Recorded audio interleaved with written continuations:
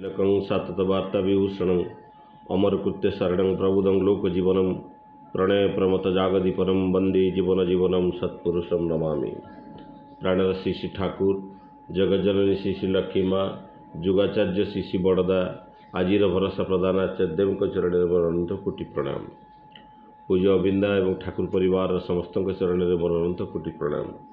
आजिर पुण्य सत्संगर पूज्य परिचालक दलयदा एवं उपस्थित समस्त पूत पांजाधारी ऋतिक मंडली अधूर्य मंडली जाजक मंडली समस्त को मोर आभूमिष्ट प्रणाम जनाए। उपस्थित समस्त गुरु भाई गुरु माता साधु सज्जन मंडली कुनि कुनि पिलाए समस्त को मोर प्रीतिपूर्ण राभरा जय गुरु जनाए। सर्वप्रथमे आज सत्संग जो मैंने भोग नवेदन कर शांति स्वस्ति विधान परम पिता निकट में मोर प्रार्थना रखे। सुंदर भाव धारावाहिक सत्संग अनुष्ठित होईछि। दलेदांकर चेष्टा प्रचेष्टा एवं अन्य मानकर सहयोग रे धारावाहिक भाव चांदोल सत्संग चली परम पितांकर इच्छा।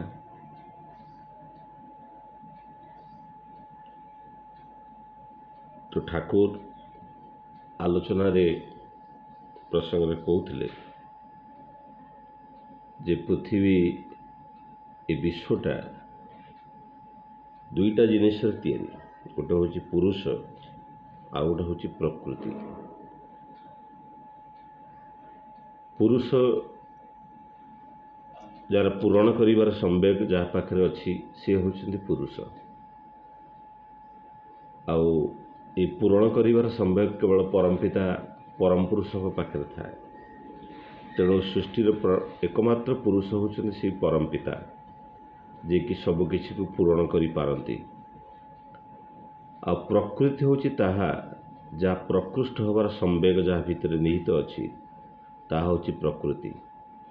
तेणु प्रकृष्ट होबार माने बढ़िबार संवेग जहाँ भितर निहित अच्छी ताहा होउछि प्रकृति। आम मैंने समस्ते पुरुष नारी आम समस्ते से प्रकृतिर गोटे गोटे अंग। आम वास्तविक पुरुष नुहे, आम किसी पूरण करूँ से आमको पुरुष बोली भावु। वास्तविकता ता नुहे, आम हूँ समस्ते प्रकृतिर एक अंग। एक रु अनेक परिवर्तन होबार जो भाव ईश्वर करते सृष्टि होती तारि भितर सबकि सृष्टि। ठाकुर तो कहते सबू ये जीवंता पृथ्वीटा हूँ शब्दर घनायित रूप। तेणु से शब्द ब्रह्मरु सबकि सृष्टि। ठाकुर से सत्यानुसरण कहते जहाँ किसी वृद्धि प्राप्त हो ही रही हूँ ब्रह्म।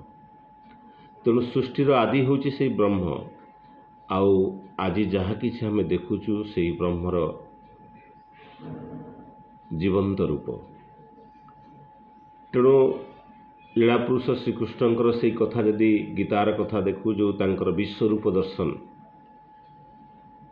से विश्वरूप जहाँ अर्जुन देखी सारा विश्व दुनिया तांको भितर ही आच्छादित थिला।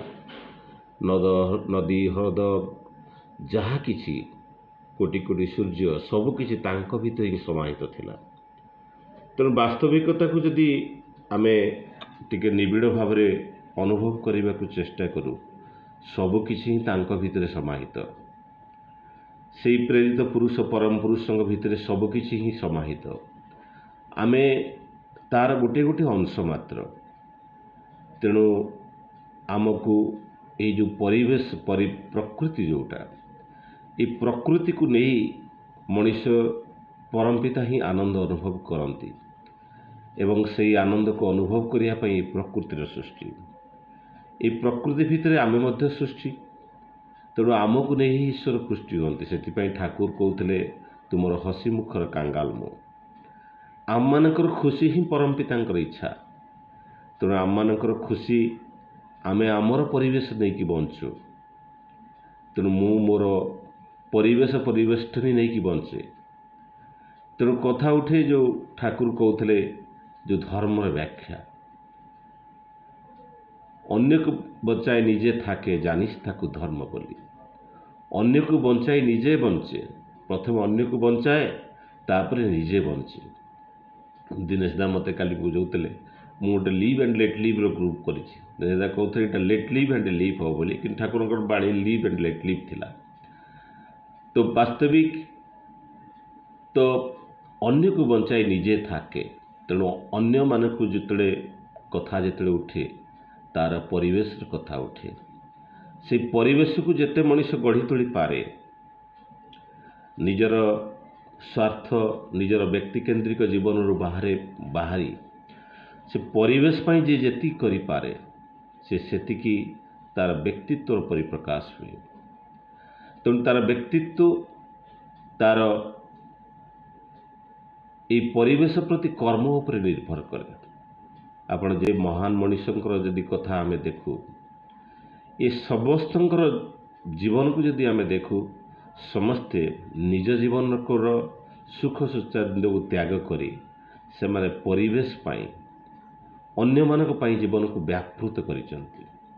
सेति ठाकुर कहते तुम जेते लोकपाली ही उठिबो तुम जीवनटा सेते सुष्टु सुंदर ही उठिबो।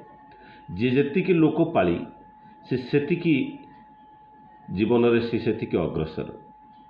तेणु महात्मा गांधी गोपबंधु कि सुभाष चंद्र बोस को भली व्यक्तित्व को देखिले जना पड़े जे सेमाने आज बड़ हबार मूल पछरे गोटे जिनस रही अन्य मानकु सेमाने अन्य मानकु बड़ करिकि ही बड़ होइछन अन्य मानकर सुख सुचांद को पाई ही निज जीवनटा को अतिबाहित करिथिबार सेमाने आज बड़ होइछन्ति।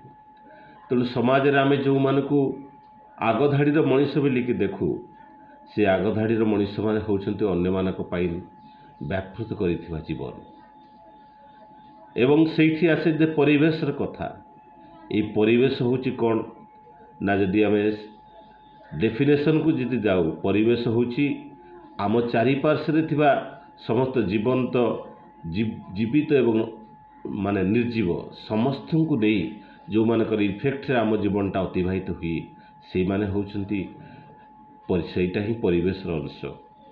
से परिवेश को नहीं कि आमे बंचु तेणु आम शरीर जो पंचधातु रे तैयारी से पंचधातु आम से परिवेश ही पाऊ से पंच माने जो मौलिक वस्तु गुड़ाक आम से परिवेश पाऊ। तेणु ये जो गुड़ाक माने बायोटिक आप ए बायोटिक जो जेते एलिमेंट्स गुड़ाक अच्छी जोटा जैव अजैव समस्त को लेकिन आम बंचु किंतु ये शरीर सब अजैव वस्तु तैयारी होता है। तेणु ये शरीर जो अजैविक जो संगठन थाए जो माने पृथ्वी आकाश अग्नि वायु जल ये जो पंच तत्व जो शरीर तैयारी आज मनीष मृत्युर शिकार होइछि। आज मनीष तार आयु कमी कमी जाउछि एवं बंचिले भी मृत्युव्रत होइक रहुछि। बंचिबाटा तापाई प्रति मुहूर्त रे गोटे आशंका हो पड़ी जे केतेबेले कौन हो। तेणु से कथा को जदि आम चिंता करूँ मनीष तार परिवेश को आज नष्ट करी चली एवं जो परिवेश जो मौलिक तत्व जो जीवन तत्व जो मौलिक तत्व तार शरीर गठन जो पृथ्वी जल आकाश ये सब किसी को सी आज नष्ट कर देछि। आज सॉइल पॉल्यूशन होइछि वाटर पॉल्यूशन होइछि एयर पॉल्यूशन होइछि सब किसी एनर्जी क्राइसिस होइछि एवं ये आकाशटा मध्य आज ओजोन लेयर डिप्लेशन भितर सी मध्य नष्ट हो जाइछि। तेणु शरीर यही सब कलुषित जिनिस को जेतबेले नहीं शरीर सृष्टि होउछि तेणु मनीष बंचिबार राहाटा को टिके मध्य हरई बसिछि। तेणु मनीष बंचिबार राहाटा को हरई बसिछि से परिवेश जो विघटन भड़े। दादा कार माइक टे ऑन अच्छी तेणु श्री श्री ठाकुर होउछन्ति विश्व चेतनार केन्द्र। आमे समस्ते व्यक्तिगत जीवन रे आम पाखरे गोटे व्यक्तिगत चेतना थाए। मो शरीर रे कौन पीड़ा हेले मुझे अनुभव करि पारे मो आखि रे पेन हेले मुझे अनुभव करि पारे पेट भीतर दर्द हेले मु अनुभव करि पारे कारण मोर गोटे चेतना अच्छी शारीरिक चेतना जो चेतना को किसी परिवर्तन हेले मु कष्टटा को अनुभव करि पारे। किंतु श्री श्री ठाकुर यूनिवर्सल कन्सियसनेस विश्व चेतना तांको भितर थिला, ये सारा दुनियार चेतना तांको भितर थिला, ये दुनियार परिवर्तन, ये दुनियार सामान्य कष्ट को से तांको भितर अनुभव करुथिले। एवं जदि आम त्रेतया युग को फेरी जिबा, रामचंद्र को समय सृष्टिर तत्व यही थिला, जो सृष्टिर तत्व को जदि आम देखू, जो समय प्रकृति सहित मनुष्यर संपर्क अत्यंत निबिड़ थिला, सेतले भालू, गुंचे मूषा, हनुमान एमती अनेक प्रकृतिगत जीवसत्ता समस्ते मनुष्य सहित जोड़ी होकर रही। आज मनुष्य दुखर मूल कारण होची से प्रकृति ठूँ निजक दूरे नहीं जाइए, से प्रकृति ठूँ जो दूरे नहीं जाइए मनुष्य से आज कष्ट पाउछि। कारण प्रकृति थिबा प्रत्येक जिनिस ता भितर अनेक रिन्यूएबल थाए, आउ अनेक नॉन रिन्यूएबल थाए, जहाँ पुणी तैयारी करा जाई पारे, एवं अनेक किसी जिनस थाए जहाँ आउ पुणी रिप्लेसमेंट करा जाई पारे ना। तेणु जहाँ को रिप्लेसमेंट करा जाई पारे ना ताकू मध्य मनुष्य नष्ट करी चली, एवं जहाँ को रिप्लेस करा जाई ऑटोमेटिकली रिप्लेस हुए ताकू नष्ट करी चली। एवं जमती वायुटा थाए, जल थाए, एटा को रिन्यूएबल बोली धरा जाए, यहाँ साधारणतः आम पाखे थाए, प्रचुर परिमाण थाए, किंतु ताकू आम नष्ट कर देइछु, जाफल मनुष्य आज कष्ट भोगुची। तेणु जिते जड़े आचार्यदेव पाखक जो नवेदन करने जड़े आसी था, माने आचार्यदेव कहते जो जंगल कथा आचार्यदेव कहते तुम्हें से सबु प्रकार भेराइटर गछ गुड़ाक लगाओ, सबु प्रकार भेराइटर गछ गुड़ाक लगाओ।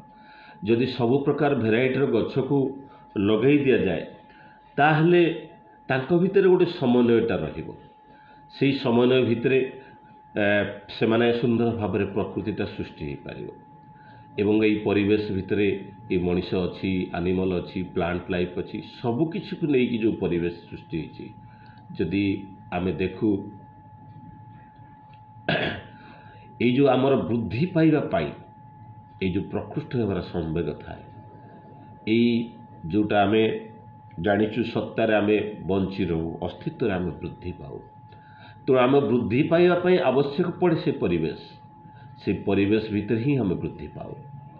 तेणु तेणु जो बीइंग एंड बिकमिंग कथा, ये बीइंगटा बिकमिंग ही उठे ये परिवेश को नहीं, ये परिवेश भीतर ही से बीइंगटा बिकमिंग ही उठे। ये बीइंगटा ग्रेजुअली ग्रो करे, ये बिकमिंग भीतर ही जो ग्रो बीइंग जो बिकमिंगटा जो वृद्धि पाए परिवेश को नहीं वृद्धि पाए। तेणु ये जहाँ किसी माने ठाकुर कहते जो the everything is created from the earth and everything will return back to the earth. ये सब किसी पृथ्वी सृष्टि होती, सब किसी पृथ्वी को चली जाए। तो आम जो जन्म नहीं जो मृत्यु मुखे जाऊ से सब किसी को रिटर्न हो जाए से पृथ्वी को।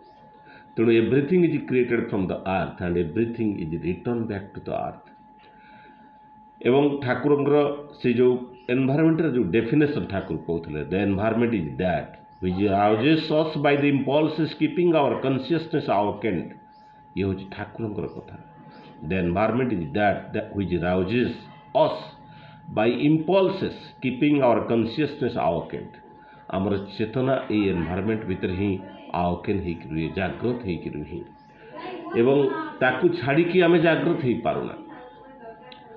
एवं ये जो कथा जो उठे ये कथा जो माने ये बिकमिंग कथा उठे, ये बिकमिंग पाई आमको परिवेश को जागृत करने पड़े। तेणु आम सत्संग हिसाब से ये परिवेश आम एक नमूना होकर रहा कथा। एवं समस्त आम ये जो प्लास्टिक जो आज समय आसी प्लास्टिक जो जुग होइछि, ये प्लास्टिक व्यवहार एत भाव पृथ्वी आज कूड़ कूड़ प्लास्टिक भरा। एवं सॉइल जो एनवायरमेंटल फर्टिलिटी आज मत कमी जाउछि, तार मूलतः कारण होछि ये प्लास्टिक यूजेस। एवं ये प्लास्टिक नॉन बायोडिग्रेडेबल जोटा थाए यहाँ पृथ्वी ताकू माने जीवाणु द्वारा यहाँ नष्ट हो पारे। तेणु ताकू बंचाई रखाटा बड़ कष्ट था। तेणु प्रकृति प्रति प्रत्येक जीवसत्ता प्रति ଠାକୁରଙ୍କର କେତେ ପ୍ରେମ ଥିଲା। ଗୋଟେ କୁକୁର ମାନେ ମାଡ଼ ହେଇକି ଯେତେବେଳେ ତା ମାନେ ମୁଣ୍ଡ ଫାଟି ଯାଇକି ରକ୍ତ ବାହାରିବାର କଥା ଶୁଣୁଥିଲେ, ଠାକୁରଙ୍କ ନାକରୁ ମଧ୍ୟ ରକ୍ତ ବାହାରି ପଡ଼ୁଥିଲା। କାରଣ ତାଙ୍କ ଭିତରେ ବିଶ୍ୱ ଚେତନା ଥିଲା। ସମସ୍ତଙ୍କର ଦୁଃଖକୁ ସେ ନିଜ ଭିତରେ ଅନୁଭବ କରିବାର ଚେତନା ଥିଲା। ଏବଂ ମାନେ ସାମାନ୍ୟ ଗଛଟାକୁ କାଟି ଦିଆଗଲେ ଯେ ତାର କେତେ କଷ୍ଟ, ସେଥିପାଇଁ ଗଛକୁ ଆନାସ୍ଥେସିଆ ଦେବାର କଥା ଯେଉଁ ଏଇ ସତ୍ସଙ୍ଗରେ ହିଁ ଦେଖାଯାଏ। এই ସତ୍ସଙ୍ଗରେ ହିଁ ଦେଖାଯାଏ ଗଛକୁ ଆନାସ୍ଥେସିଆ ଦେବାର କଥା। ଏବଂ କୁକୁରକୁ ଟ୍ରିଟମେଣ୍ଟ କରିବା, ବଡ଼ଦା ଯେତେବେଳେ କଲିକତା ଯାଉଥାନ୍ତି ଗୋଟେ କୁକୁରକୁ ପ୍ଲାଷ୍ଟର କରିକି ଟ୍ରିଟମେଣ୍ଟ କରି ଯାଇଥାନ୍ତି। ଏବଂ ଯେତେବେଳେ ଦେଖାଗଲା ବଡ଼ଦା ଯେତେବେଳେ କଲିକତାରୁ ଫେରିଲେ, ଫାଷ୍ଟ ଫ୍ଲୋର ମାନେ ଛାତ ଉପରେ ଥିବା କୁକୁରଟା ତଳକୁ ଜମ୍ପ ମାରିଦେଲା। ତେଣୁ ଆମେ ଯେତେବେଳେ ଏଇ ପ୍ରକୃତିକୁ ଯେତେବେଳେ ଭଲ ପାଉ, ପ୍ରକୃତି ମଧ୍ୟ ସେଇଭଳି ଭାବରେ ରେସିପ୍ରୋକେଟ୍ କରେ। ବଡ଼ଦା ଯାଉଛନ୍ତି ଏବଂ ହଠାତ୍ କିନା ଗାଡ଼ି ରଖିଦେଉଛନ୍ତି ଏବଂ କହୁଛନ୍ତି ଗୋଟେ କୁକୁରଟା କଷ୍ଟ ପାଉଛି। ସେ କଷ୍ଟଟା ବୋଧେ ତା ଭିତରେ ବସିଥିବା ଅନେକ ଲୋକଙ୍କୁ ଜଣାପଡ଼ୁନଥିଲା, କେହି ଶୁଣିପାରିନାହାନ୍ତି। ବଡ଼ଦାଙ୍କ ଭିତରେ ସେଇ ଚେତନା ଥିଲା, ସେ ବିଶ୍ୱ ଚେତନାର ସିଏ ମଧ୍ୟ ଏକ ଅଙ୍ଗ ଥିଲେ। ସିଏ ଜାଣିପାରୁଥିଲେ ସେଇ କୁକୁରର କଥା। ଦେଖାଗଲା, ଖୋଜି ଖୋଜି ଦେଖାଗଲା ଯେ ବ୍ରିଜ୍ ତଳେ ଗୋଟେ ପଥର ଧୀରେ ଚାପି ହେଇକି କୁକୁରଟା କଷ୍ଟ ପାଉଛି। ତେଣୁ କୁକୁରଟା ଯେଉଁ କଷ୍ଟ ପାଉଥିଲା, ତାକୁ ସେଇ ଚେତନାଟାକୁ ସେ ଅନୁଭବ କରିପାରିଥିଲେ ସେ ବଡ଼ଦା। ତେଣୁ ଗୋଟେ କୁକୁର ଦୌଡ଼ି ଦୌଡ଼ି ବଡ଼ଦାଙ୍କୁ ଭଲ ପାଇକି ଦୌଡ଼ିକି ଅନେକ ଦୂର ପର୍ଯ୍ୟନ୍ତ ସେ ଯାଉଥିଲା ଏବଂ ଗାଡ଼ି ପଛେ ପଛେ ସେ ଦୌଡ଼ୁଥିଲା। ବଡ଼ଦାଙ୍କର ସେଇ ପ୍ରେମ ଥିଲା। ଆଉ ସେ ତ ପୁରା ଆନିମଲ୍ ଲଭର୍ ଥିଲେ। ତେଣୁ ସେ ମଧ୍ୟ ସୃଷ୍ଟି କରିଥିଲେ, ଯଦିଓ ଗଭର୍ଣ୍ଣମେଣ୍ଟର ରେଷ୍ଟ୍ରିକ୍ସନ୍ ପରେ ଏଗୁଡ଼ା ସବୁ ଛାଡ଼ି ଦିଆଗଲା, ନହେଲେ ସେଠି ଗୋଟେ ମାନେ ଦେଓଘର ଆଶ୍ରମରେ ଗୋଟେ ଜୁ ତିଆରି ହେଇଥିଲା। ଇଏ ଥିଲା ତାଙ୍କ ପ୍ରକୃତି ପ୍ରତି ଭଲ ପାଇବା। ଏବଂ ଯଦି ଦେଖାଯାଏ ଆଜି ଯେଉଁ ୱାଟର ପଲ୍ୟୁସନ୍ ହେଉଛି, ଏଇ ଯେଉଁ ୱାଟର ପଲ୍ୟୁସନ୍ର ମୂଳ କାରଣ ଦେଖାଯାଏ ଏଇ ଯେଉଁ ଆମେ ବିଭିନ୍ନ ପ୍ରକାର ପେଷ୍ଟିସାଇଡ଼୍ ୟୁଜ୍ କରୁଛୁ ବା ଯେଉଁ ପ୍ରକାର ମାନେ ପେଷ୍ଟିସାଇଡ଼୍ ସବୁ ବ୍ୟବହାର କରିବା ଫଳରେ ଏଇ ୱାଟର ପଲ୍ୟୁସନ୍ ହେଉଛି।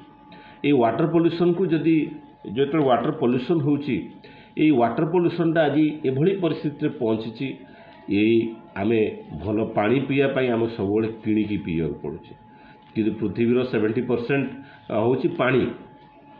କିନ୍ତୁ ଆମକୁ ପାଣି ପିଇବା ପାଇଁ ହେଲେ ଆମକୁ ମାନେ ଗୁଡ୍ କ୍ୱାଲିଟିର, ଭଲ କ୍ୱାଲିଟିର ୱାଟର ମିଳିପାରୁନି। କାରଣ ଆମେ ସବୁ ୱାଟରକୁ ଆମେ ନଷ୍ଟ କରିଦେଇଛୁ।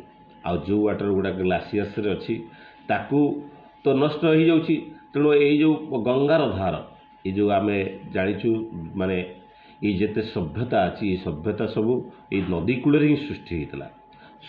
ସବୁ ସଭ୍ୟତା ଗୁଡ଼ାକ ଯଦି ଆମେ ଦେଖୁ, ଏସବୁ ନଦୀ କୂଳରେ ହିଁ ସୃଷ୍ଟି ହେଇଥିଲା ସଭ୍ୟତା। ନଦୀ କୂଳରେ ହିଁ ଗଢ଼ି ଉଠିଥିଲା ଏଇ ସଭ୍ୟତା, ମାନବ ସଭ୍ୟତା। ତେଣୁ ଏଇ ଯେଉଁ ଆମେ ଠାକୁର ସେ ଆଲୋଚନାରେ କହୁଥିଲେ ଯେଉଁଟା କଥା ଅଛି, ଗଙ୍ଗା ଯମୁନା ଗୋଦାବରୀ ସରସ୍ୱତୀ ନର୍ମଦା ସିନ୍ଧୁ କାବେରୀ ବୋଲିକି ଯେଉଁ ଶ୍ଳୋକରେ ଆମେ ଗାଉ, ଶ୍ରୀ ଠାକୁର କହୁଛନ୍ତି, ଆଲୋଚନାରେ କହୁଛନ୍ତି ୟାର ମୂଳ ପଟରେ ତାହା ହିଁ ରହିଛି। ଏଇ ଯେଉଁ 7ଟା ନଦୀ ଅଛି, ସେ ନଦୀଟାକୁ ସେଭ୍ କରିବା, ତାକୁ କନଜର୍ଭ କରିବା, ତାର କଣ୍ଟିନ୍ୟୁଅସ୍ ୱାଟର ଫ୍ଲୋଟା ଯେମିତି ମେଣ୍ଟେନ୍ ହେଇପାରିବ, ତା ପ୍ରତି ଚେଷ୍ଟା କରିବା ହିଁ ହେଉଛି ଏଇ ଯେଉଁ ଶ୍ଳୋକର ମାନେ ମୂଳ ତତ୍ତ୍ୱ।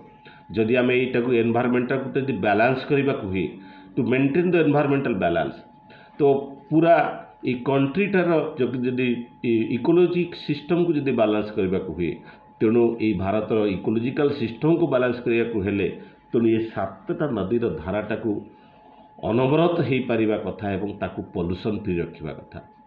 ଏବଂ ଏଇ ଯେଉଁ ପାଣିର କଥା ଆସେ, ଏ ରେନ୍ ୱାଟର ଆପଣ ଜାଣିଛନ୍ତି ଠାକୁରଙ୍କର 2ଟା ଜିନିଷ ମାନେ ଇଚ୍ଛା ଥିଲା, ଗୋଟେ ଗଙ୍ଗା ଆଉ ଦାରୁଆ ପ୍ରୋଜେକ୍ଟକୁ ଜଏନ୍ କରିବାର କଥା, ଗଙ୍ଗା ନଦୀ ସହିତ ଦାରୁଆ ନଦୀକୁ ଜଏନ୍ କରିବାର କଥା।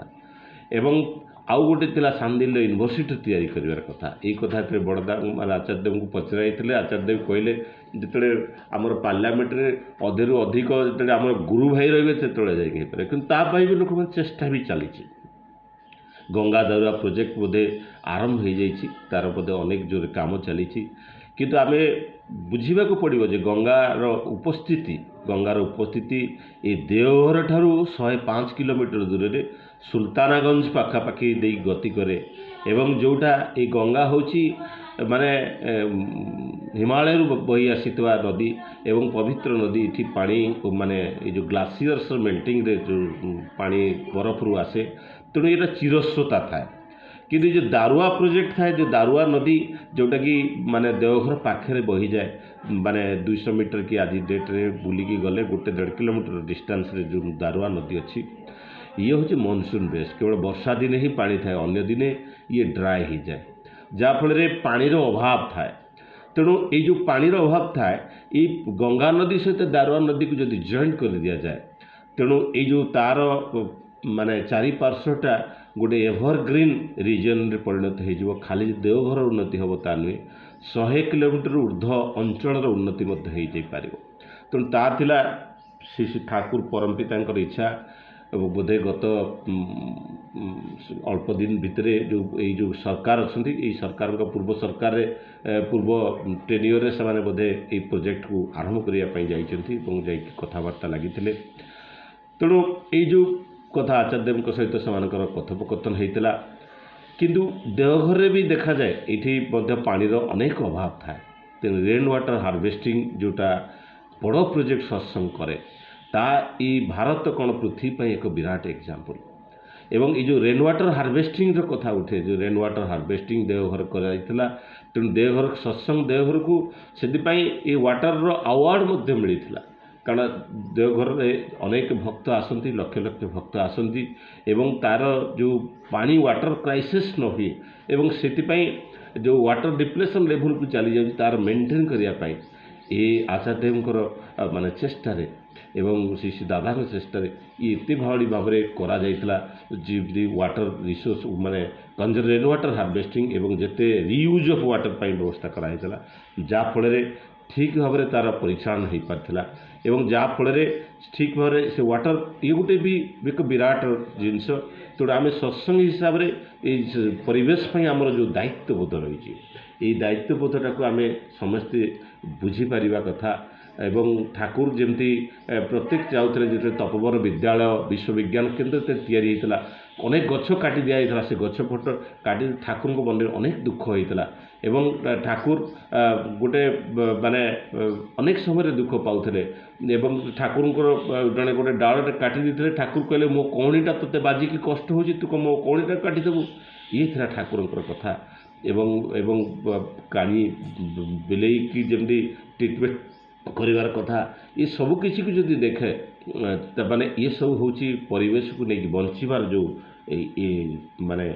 प्रचेषा ता ही थी श्री ठाकुर विधान तेणु तेणु परिवेश को आम सुंदर भाव नहीं चली पारे आम सुंदर भाव माने बीते दे पारिबा तेणु समय तो दादा है ना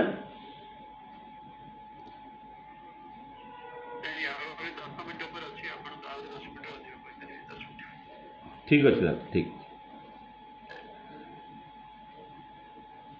तेणु ठाकुर गोटे आश्रम जो गोटे छेली कथा जो छेलीटा माने रोग पड़ी था तार ट्रिटमेंट ठाकुर कि भाव व्यस्त थे तेणु माने ठाकुर माने प्रत्येक जिनिस माने केमती चेष्टा करुले ठाकुर बसी जड़े दादा को कहते गोटे गछ डाल को जाकि टेका मारियापाई जो से टेका मारी देखी गोटे बादुड़ी तो अपेक्षा कर माने छुआटा को खायापाई से उड़ी जाइए ही ठाकुर सेव कर गोटे कुकुरटे ड्रेन में पड़ जाइए के शब्द करुच्ची अनेक दूर ठाकुर बसिकी तार दुख को अनुभव कर किभली भाव में ठीक बंचे दि जापर से ठाकुर तापाई जन को पठे से ये हूँ ठाकुर परिवेश प्रति भल पाइबा तो ताने प्रत्येक जीवसत्ता प्रति परमपिता जो भल पाइबा थिला प्रत्येक जीवसत्ता प्रति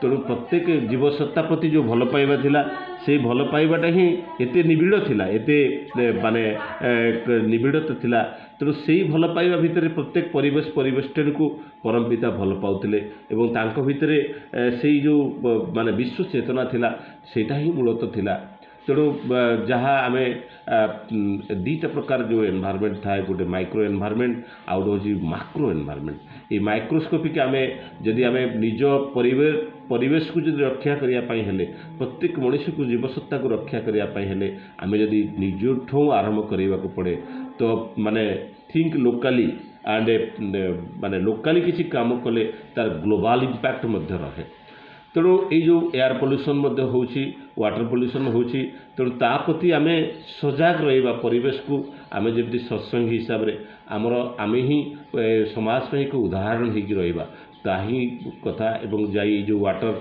मैनेजमेंट जब कराई माने रेन वाटर हार्वेस्टिंग आमे प्रत्येक घरे मध्य करि परिया सरकार कर मध्य प्रोत्साहन अछि ता पछपटे तेणु आमे चेष्टा कले माने ता पई अनेक किसी चेष्टा करि परिबा एवं माने तेणु अनेक किसी चेष्टा करिकी आमे परिवेश को मध्य रक्षा करि परिबा तेणु आमे जेतले माने परमपिता को धरिछे तांकर जो इच्छा को पूर्ण करिया पाई आमे सबले चेष्टा कले आमे अनेक किसी परिवर्तन करि परिबा तेणु आमे एठी देखा जाए जे ये जो माने नॉनवेज खाउछन जो माने आमिष खाउछन अनेक लोक अछंती स्वस्थ नै नाती किंतु आमे जदि चिंता करिबा ये जो ग्लोबल वार्मिंग होची ये ग्लोबल वार्मिंग रो गोटे मूलतः कारण होची नॉनवेज इटिंग तेणु ये जो बायोडाइवर्सिटीटा डिस्ट्रॉय होची एटा तार मूलटा होची आमे जदि परिवेश को बंचेया पाई हेले ये परिवेश को बंचेया पाई हेले तार मूल होची जो स्वस्थ व्रत ग्रहण करिबा स्वस्थटा आम खाली जे पियाज रसुण छाड़ी देउछुनी आम जे परिवेश पाई केते जे काम करूचु कारण माने जो ग्लोबल वार्मिंग आज खरा दिने रहिबा मध्ये एते असुविधा हो जाउची एते कष्ट होउची एवं मनीष तो आडप्टिव जिनिस जेते गरम हेले किछि तार व्यवस्था करिक मनीष बंची जीव किंतु जो हिटटा वृद्धि होउची परिवेश उपर तार जो प्रभाव रही तो ताकू जदि हम चिंता करूँ ये नॉनवेज खाइबाटा ही तार गोटे माने गोटे मूलतः गोटे कारण होइछि जोटा कि ग्लोबल वार्मिंग रो ये होछि आउ गोटे कारण तो ठाकुर जो स्वस्थ मंत्र देइछन्ती ठाकुर तो परम विज्ञानी परम पुरुष से जानिछन्ती जे परिवेश से मनीष बंची रहिया पाई हेले तेणु तापाई जहाँ जहाँ आवश्यक माँ आदि गीत गाउथिले तेणु जहाँ जहाँ आवश्यक ताहा से सबकिछिर विधान श्री ठाकुर कर देइछन्ती तेणु ठाकुरंकर से जो विधान को जदि आमे विधान को जदि मानिकी चलू तेणु परिवेश को आमे ठीक भाव में तार संतुलन रक्षा करा जाई पारिबो तेणु ये जो ये ह्यूमानिटी ये मानव सभ्यता को बंचे रखा पाई हेले तेणु आमको अनेक किसी करबा पाई पड़िबो तेणु ठाकुर जो कहते जे मु देखुची कुड़ कुड़ शबर कथा तेणु ये जो शबर उपरे शब मान चली चली जीवार कथा ठाकुर जो कहते तेणु से समय न आसू से आमे माने समस्ते सतर्क रहा पड़ो तेणु ये जो आज जमी देखा आज जमी फूड क्राइसिस होगा जाऊँगी तार मूल कारण हूँ जो सॉइल न्यूट्रिएंट गुड़ाक नष्ट हो जाऊँगी आम पाखे से ज्ञानर अभाव रोची आमे कौन करूँ अनेक समय कौन करूँ ना जिते गछपत्र डाल हो सफा करने निआ लगे दूँ किंतु से माने जे माटी पड़े से माने सॉइल न्यूट्रिएंट को बढ़ाती ताकू आमे बुझुना ताकू आमे न्यूट्रिएंट बढ़ाऊना तेणु आज एबे माने सत्संग देखो आपण मैंने आम समस्त देवघर जाऊँ सेठू आम किसी शिखा कथा आमर जी माने लोक मैंने सत्संगी मैंने जाऊँगी जी सत्संग आश्रम अच्छा ता सहित जो बहिरागत भक्त मैंने जिते जाऊँगी जो सॉलिड वेस्ट बाहर ताकू सबू मैन्यूअर कन्वर्ट करने मध्य चेष्टा कराउछि जो मैन्यूअर को यूज करिकी माने सेठी विभिन्न प्रकार प्लांटेशन सहित आ विभिन्न सॉइल रो न्यूट्रिएंट बढ़ाया पई करा जाईछि ता मध्य हम पई एक शिक्षणीय जिंस हमर सेडा जे कि एग्रीकल्चर ऑफिसर थिले सोनपुर रसी भी जे कि सेठी आश्रम रे रही कि से मध्य काम करूछन सेति पई तेणु जो माने सॉइल न्यूट्रिएंटटा सॉइल जो माने सॉइल फर्टिलिटी न्यूट्रिएंटटा जो नष्ट हो जाउछि तापाई आम सतर्क आम जो पनीपरिया घरे जोटा बाहर आम कौन करूँ फिंगी दौचु किंतु ताकू मध्य रक्षा करिकी ये सॉइल न्यूट्रिएंट को नष्ट माने बंचा जाई पारिबो तेणु सत्संग सब चाहे जोटा मैन मेकिंग सिस्टम तेणु मनीष तैयारी कारखाना ये तेणु मनीष तैयारी कारखाना मनीष किभଳି भाबरे भल भाबरे तैयारी हो पारिबो तो से जो जहाँ किसी जो चेष्टार आवश्यक जहाँ किसी आवश्यक ତାହା ହିଁ ଏଇ ସତ୍ସଙ୍ଗରୁ ଆମକୁ ଶିଖିବା ପାଇଁ ମିଳେ। ତେଣୁ ଏଇ ଯେଉଁ ଏନ୍ଭାରମେଣ୍ଟକୁ ନେଇକି ଅନେକ କିଛି ଜିନିଷ ଅଛି ଯାହା ଠାକୁରଙ୍କର ସମୟରୁ ଆରମ୍ଭ ହୋଇଥିଲା। ତାପରେ ଏଇ ଯେଉଁ ମାନେ ବିଭିନ୍ନ ପ୍ରକାର ଯେଉଁ ପ୍ରୋଜେକ୍ଟ ସବୁ ନିଆଯାଏ, ଯେଉଁ ଯେତେବେଳେ ଆମେ ସମସ୍ତେ ଯାଉଛେ ସେଠି ମାନେ ପାଣି ବ୍ୟବହାର କରୁଛେ, ୟୁଜ୍ କରୁଛେ ଏବଂ ତାପରେ ଚାଲି ଆସୁଛେ, କିନ୍ତୁ ସେଇ ଦେଓଘରରେ କିଭଳି ଭାବରେ ତାକୁ ମ୍ୟାନେଜ୍ କରାଯାଉଛି ତାହା ମଧ୍ୟ ଆମକୁ ଶିଖିବା କଥା। ତେଣୁ ଏ ଯେଉଁ ଫୁଡ଼୍ ୱେଷ୍ଟ ମ୍ୟାନେଜମେଣ୍ଟ ହେଉଛି, ତ ୱେଷ୍ଟ ଫୁଡ଼୍ଟା କିଭଳି ଭାବରେ ମ୍ୟାନେଜ୍ କରାହେଉଛି, ବାହାରେ ଫିଙ୍ଗି ଦିଆଯାଉନି। ବାହାରେ ଫିଙ୍ଗି ଦେଲେ ତ ଆମେ ସତ୍ସଙ୍ଗ ଯେତେବେଳେ